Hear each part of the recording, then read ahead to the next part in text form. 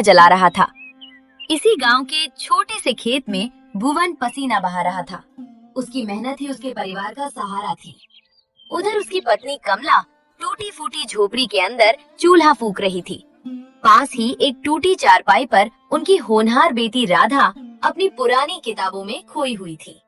लेकिन राधा की आंखों में एक अलग ही चमक थी। उसके सपने इस छोटी सी झोपड़ी से कहीं बड़े थे।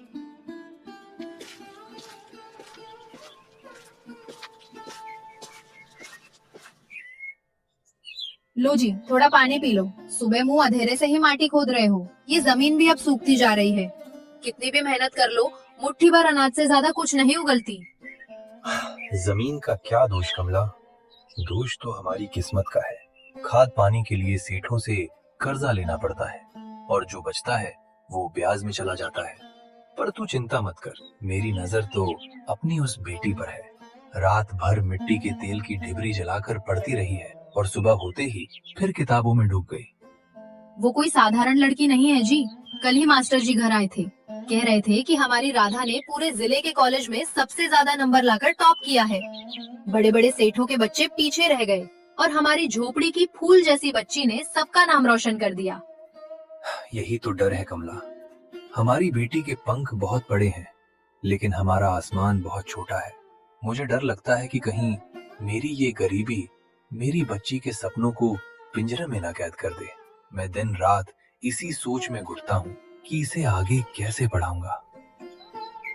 देखते देखते शाम ढल गई और रात हो गई।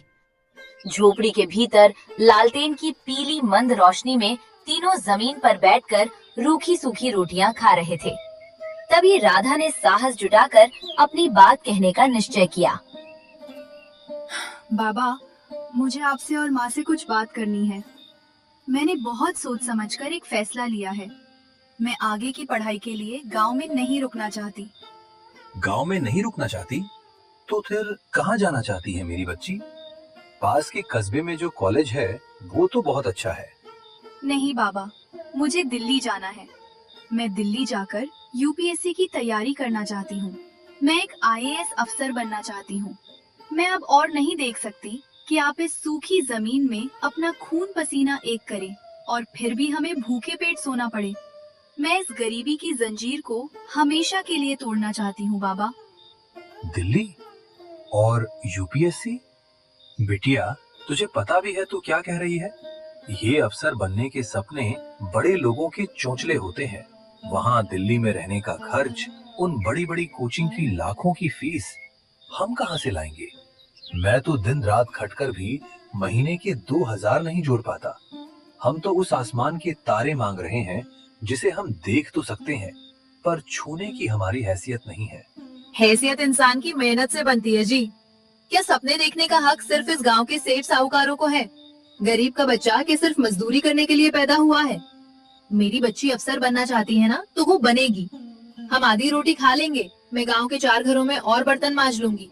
तुम 2 खेतों में और पसीना बहा लेना, लेकिन हम अपनी बेटी के सपनों का गला नहीं घोटेंगे। तुम कल ही पैसों का इंतजाम करो, चाहे जैसे भी हो।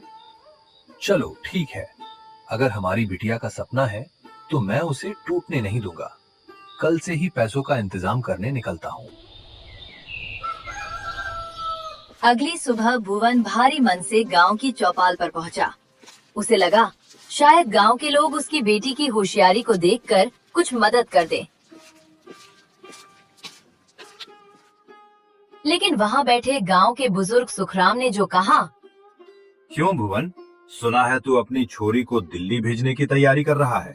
अफसर बनाने का भूत सवार हुआ है क्या तेरे सिर पर? काका, लड़की होशियार है। मास्टरों ने भी कहा है कि अगर इसे सही पढ़ाई मिल गई तो ये हमारा नाम रोशन कर देगी। बस उसी के लिए थोड़े पैसों की मदद चाहिए थी। अरे पगला गया है क्या तू? लड़की जात है, आज नहीं तो कल किसी दूसरे के घर जाकर चूल्हा चौका ही संभालना है उसे। पराया धन होती हैं बेटियां।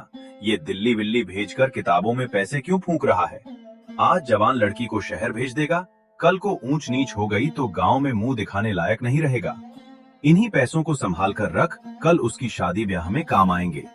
समाज के नियम मत तोड़ भुवन, वरना बहुत पछताएगा। भुवन ने उस बुजुर्ग की बात का कोई जवाब नहीं दिया। वो मन ही मन ठान चुका था कि अगर वो लोगों के तानों से डर गया तो उसकी बेटी का सपना कभी पूरा नहीं हो पाएगा। वो चुपचाप वहां से चल पड़ा। थोड़ी देर बाद भुवन सेठ गजराज की हवेली पहुंच गया। सेठ अपनी आरामदायक कुर्सी पर बैठा था, जबकि उसके सामने फटे पुराने कपड़ों में भुवन हाथ जोड़े खड़ा था। सेठ जी, मेरी बच्ची बहुत होशियार है, उसे दिल्ली भेजना है पढ़ाई के लिए। मुझे कुछ पैसों की उधारी चाहिए थी।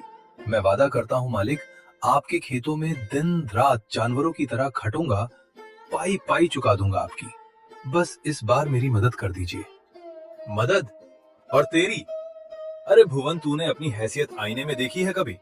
जो आदमी 2 वक्त की रोटी के लिए मेरे खेतों की मिट्टी फाकता है, वो आज अपनी बेटी को दिल्ली भेजने के ख्वाब देख रहा है।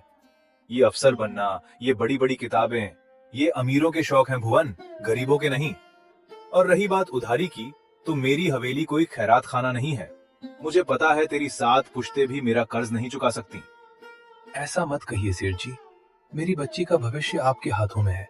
आप जो कहेंगे मैं करूंगा, जिंदगी भर आपकी गुलामी करूंगा। बस एक बार।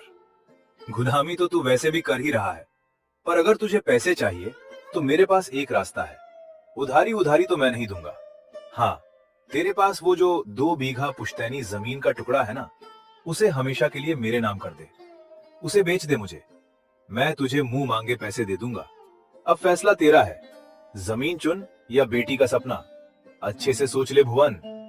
भुवन के लिए ये फैसला आसान नहीं था।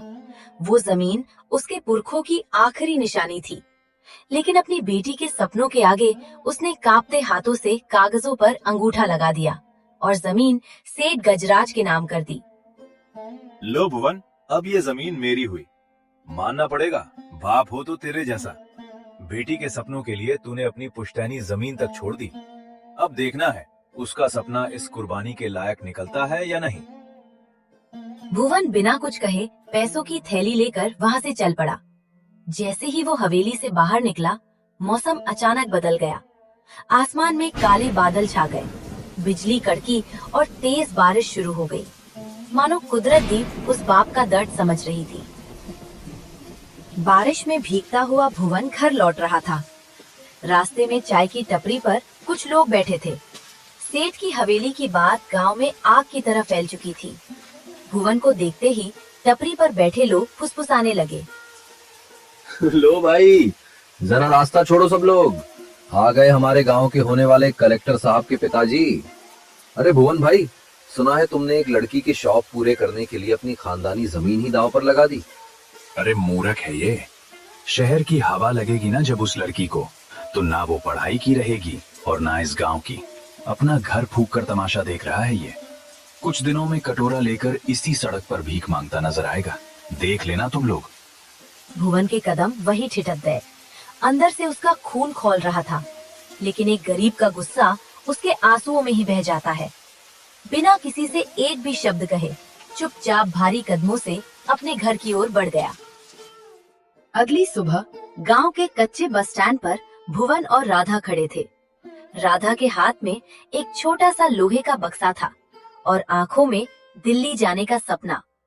लेकिन भुवन ने अपनी जमीन बिकने की बात अब तक उससे छुपा कर रखी थी। बाबा, आपने मेरे लिए इतने पैसे कहाँ से लाए? और ये आपकी कमीज भी फट गई है। सच सच बताइए, कहीं आपने मेरे लिए कोई बड़ी परेशानी तो नहीं मोल ले ली? अरे पगली, तू मेरी चिंता छोड़। पास के गांव में मेरा एक पुराना दोस्त है, उसी से थोड़े पैसे उधार लिए हैं। तू बस पढ़ाई पर ध्यान दे। मुझे बस इतना देखना है कि तेरे सपने कभी छोटे ना पड़े। मैं वादा करती हूँ बाबा, आपकी मेहनत कभी बेकार नहीं जाने दूंगी। एक दिन ऐसा जरूर आएगा जब आपको मुझ पर गर्व होगा। मुझे तो आज भी तुझ पर गर्व है बिटिया। बस मेहनत करना और कभी हार मत मानना। तभी बस आकर रुकी। राधा ने अपने माँ बाप को आखिरी बार देखा और बस में चढ़ गई। बस धूल उड़ाती हुई शहर की तरफ निकल गई। भुवन तब तक उस बस को देखता रहा जब तक वो उसकी आंखों से ओझल नहीं हो गई। दिल्ली में राधा की पढ़ाई शुरू हो चुकी थी। इधर गांव में अपनी बेटी का खर्च उठाने के लिए कमला ने अमीर घरों में जूठे बर्तन मांजने शुरू कर दिए थे। तभी मालकिन गुस्से में वहां आई